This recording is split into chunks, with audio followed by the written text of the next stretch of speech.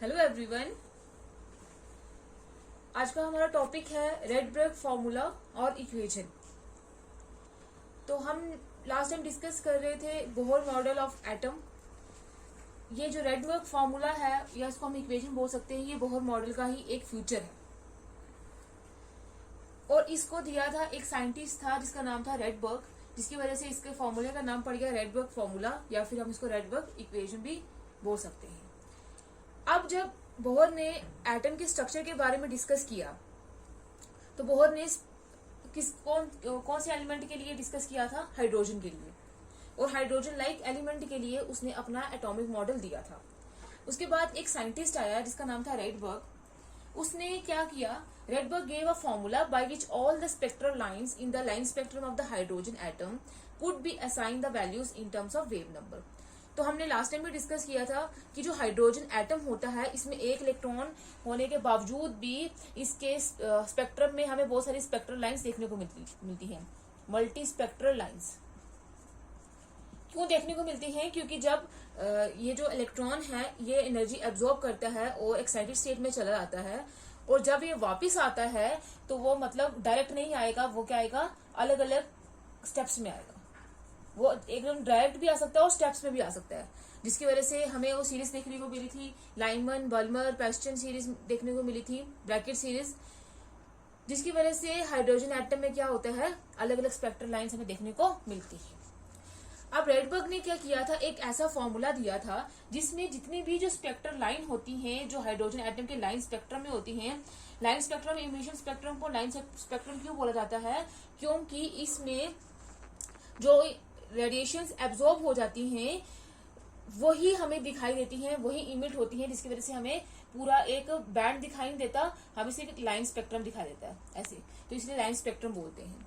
तो रेडबर्ग ने क्या किया? एक ऐसा फॉर्मूला दिया जिसमें हाइड्रोजन एटम के जितने भी जो स्पेक्ट्रल लाइंस थी उनको रिप्रेजेंट किया, उनको वैल्यूज दी किसकी टर्म्स में? वेव नंबर के टर्म में, जिसको हम वी बार से क्या करते हैं? रिप्रेजेंट करते हैं,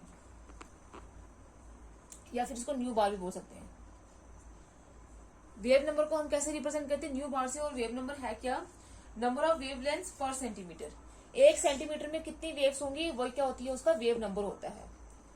तो इसने ऐसा फॉर्मूला दिया जिसमें जो स्पेक्ट्रल लाइन थी हाइड्रोजन एटम के स्पेक्ट्रम में, उनको हम वेव नंबर की वैल्यूज जो है वो असाइन करेंगे। तो हमें पता है कि जब एक इलेक्ट्रॉन एक्साइटेड स्टेट में जाता है और वापस आता है तो वो जो एनर्जी होती है वो एनर्जी किसके बराबर होती है? डेल्टा ई के बराबर। और किसके बराबर होती है? दो एनर्जी शेल के बीच में जो डिफरेंस होता है उसके बराबर होती है। यहाँ पे डेल्टा ई क्या है? Energy gap between the two orbits. दो ऑर्बिट्स के बीच में जो दो एनर्जी शेल्स के बीच में जो एनर्जी गैप होगा। E2 है energy of the final orbit, जहां पे इलेक्ट्रॉन एक्साइटेड होके जाएगा वहां की एनर्जी है। और E1 क्या है? Energy of the initial orbit, जहां पे इलेक्ट्रॉन पहले प्रेजेंट था। तो हम इसको डेराइव करते हैं। रेडबर्ग फॉर्मूला है क्या? इसकी डेरिवेशन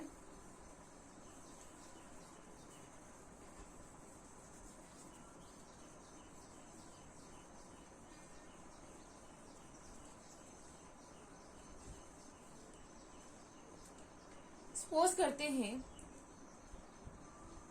ये हमारे पास N1 शेल है और ये हमारे पास होगी N2 शेल। ये आएगी लोअर एनर्जी लेवल, ये होगी हायर एनर्जी लेवल। इसकी एनर्जी थी En1, इसकी एनर्जी है En2।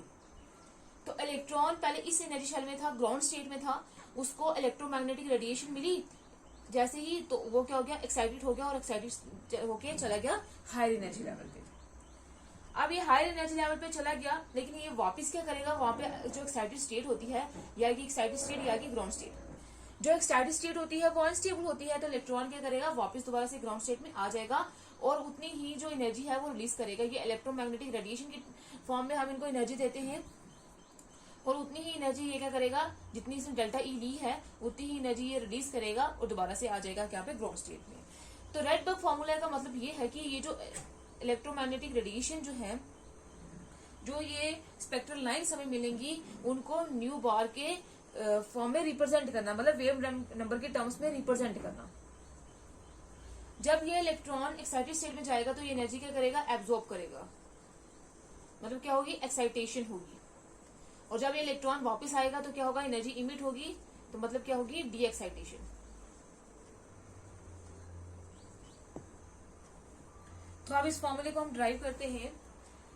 तो जो एनर्जी है डेल्टा ई वो किसके बराबर हो जाएगी, इन दोनों एनर्जी लेवल के डिफरेंस के बराबर हो जाएगी। तो इसकी एनर्जी अगर En2 है माइनस क्या आ जाएगा En1, ये होगी किसकी, डेल्टा ई क्या होगा, एनर्जी गैप जो होगा दो एनर्जी लेवल के बीच में। En2 क्या होगा, energy of the higher orbit, और E1 क्या आएगा, energy of the lower orbit, या फिर energy of the ground state, या जाएगा energy of the excited state.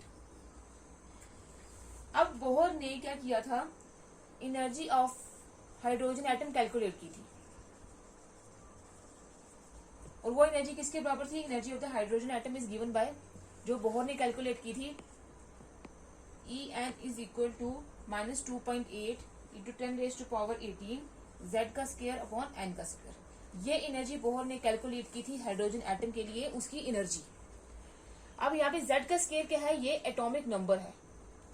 Atomic number जिस एटम की हम एनर्जी निकाल रहे हैं, Z क्या मतलब क्या होता है, एटॉमिक नंबर, ये उसी का एटॉमिक नंबर है। और N क्या है, नंबर ऑफ शेल जिसके अंदर इलेक्ट्रॉन है।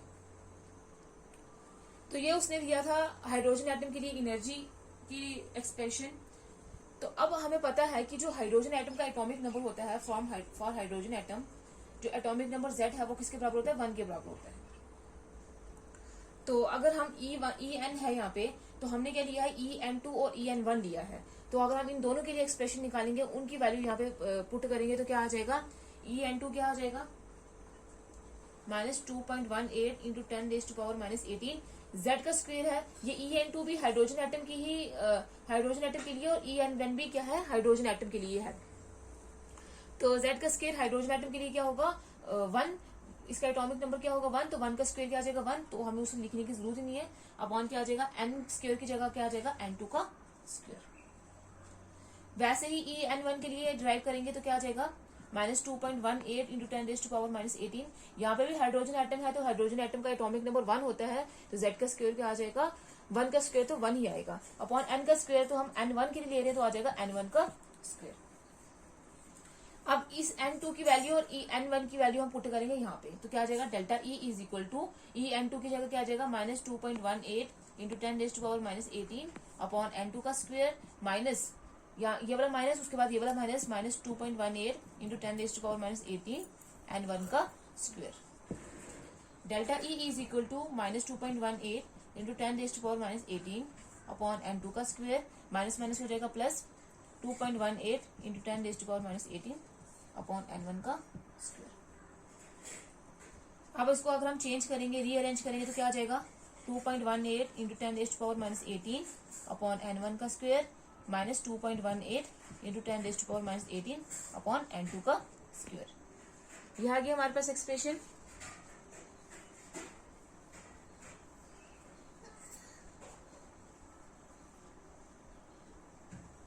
उसके बाद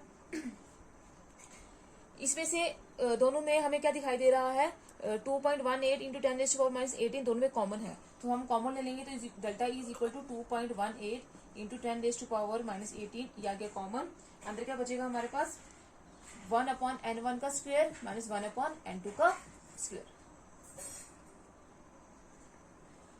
अब हमें पता है कि जो एनर्जी होती है डेल्टा E, वो according to Planck's quantum theory किसके बराबर होती है, h/nu के बराबर होती है।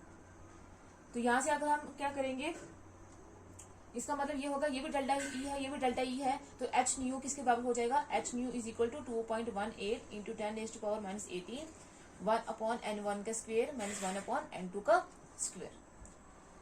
तो अब पता है कि न्यू किसके बराबर होता है, c अपॉन लैम्डा के बराबर होता है।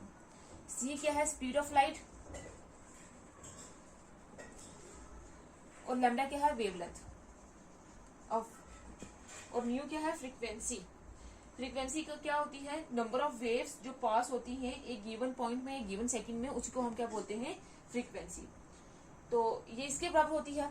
अब इसकी वैल्यू पुट करेंगे यहाँ पे, तो क्या आ जाएगा, h न्यू की जगह क्या आ जाएगा, c upon lambda is equal to 2.18 into 10⁻18 1 upon N1 का स्क्वायर माइनस 1 अपॉन N2 का स्क्वायर। यहाँ पे h क्या है, h is equal to Planck's constant, c क्या है, स्पीड ऑफ लाइट, और लैम्डा क्या है, वेवलेंथ।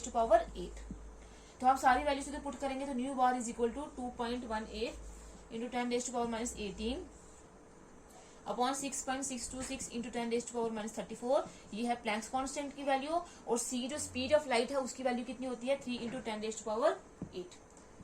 1 अपॉन n1 का स्क्वायर माइनस 1 अपॉन n2 का स्क्वायर। अब जब इस पूरी वैल्यू को कैलकुलेट करेंगे तो आ जाता है 1.09677 into 10 raise to power 7। 1 upon n1 का स्क्वायर माइनस 1 अपॉन n2 का स्क्वायर।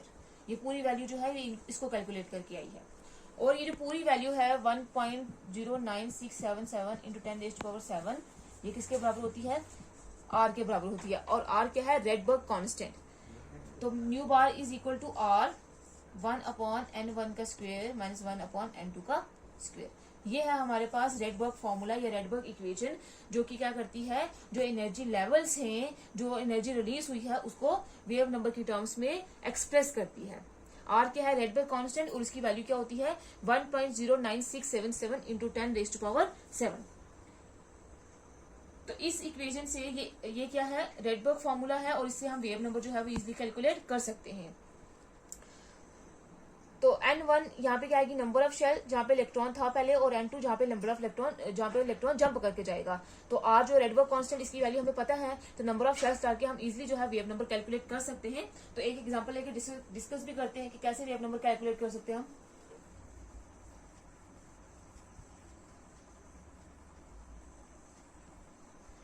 एग्जाम्पल है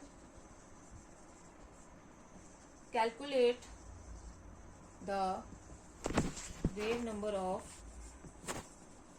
second line of Lyman series.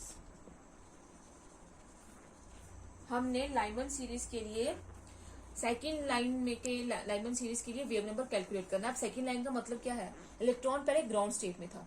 Lyman series में क्या होता है कि हायर एनर्जी शेल से इलेक्ट्रॉन जो है वो वापस कहाँ पे आएगा ग्राउंड स्टेट में आएगा फर्स्ट शेल में आएगा। ये लाइमन सीरीज में था।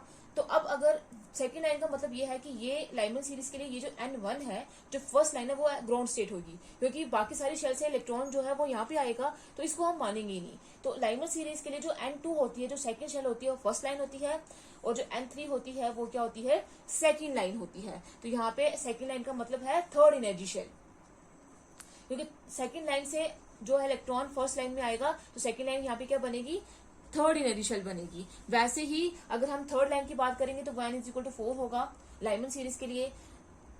वैसे ही अगर हम कोई और सीरीज लेंगे जैसे बल्मर सीरीज लेंगे तो वहां पे इलेक्ट्रॉन जो है वो n2 पे आता है। तो n2 का मतलब है कि n2 ये ग्राउंड स्टेट आ जाएगी तो फर्स्ट लाइन उसकी होगी n3 सेकेंड लाइन होगी उसकी n4। तो ऐसे जो है वो लाइन्स हम देखते हैं कि ये जो सीरीज होती है उनमें। तो लाइमन सीरीज के लिए सेकेंड लाइन क्या होगी थर्ड एनर्जी शेल। तो मतलब क्या है यहाँ पे n क्या है n1 क्या है 1 और n2 क्या है यहाँ पे 3। तो न्यू बार किसके बराबर थी r 1 अपॉन n1 का स्क्वायर माइनस 1 अपॉन n2 का स्क्वायर।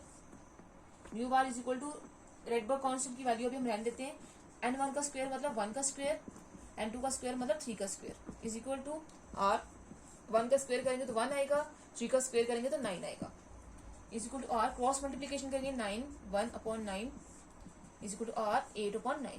तो ये निकल गया हमारे पास वेव नंबर। अगर हम इसमें रेडबर्ग कांस्टेंट की वैल्यू डालेंगे, कैलकुलेट करेंगे, तो हम इजिली जो है वेव नंबर कैलकुलेट कर सकते हैं। तो ये था आज का हमारा टॉपिक, रेडबर्ग फॉर्मूला या फिर हम इसको रेडबर्ग इक्वेशन भी बोलते हैं, जो हाइड्रोजन की स्पेक्ट्रल लाइंस को क्या असाइन करता है, वेव नंबर असाइन करता है।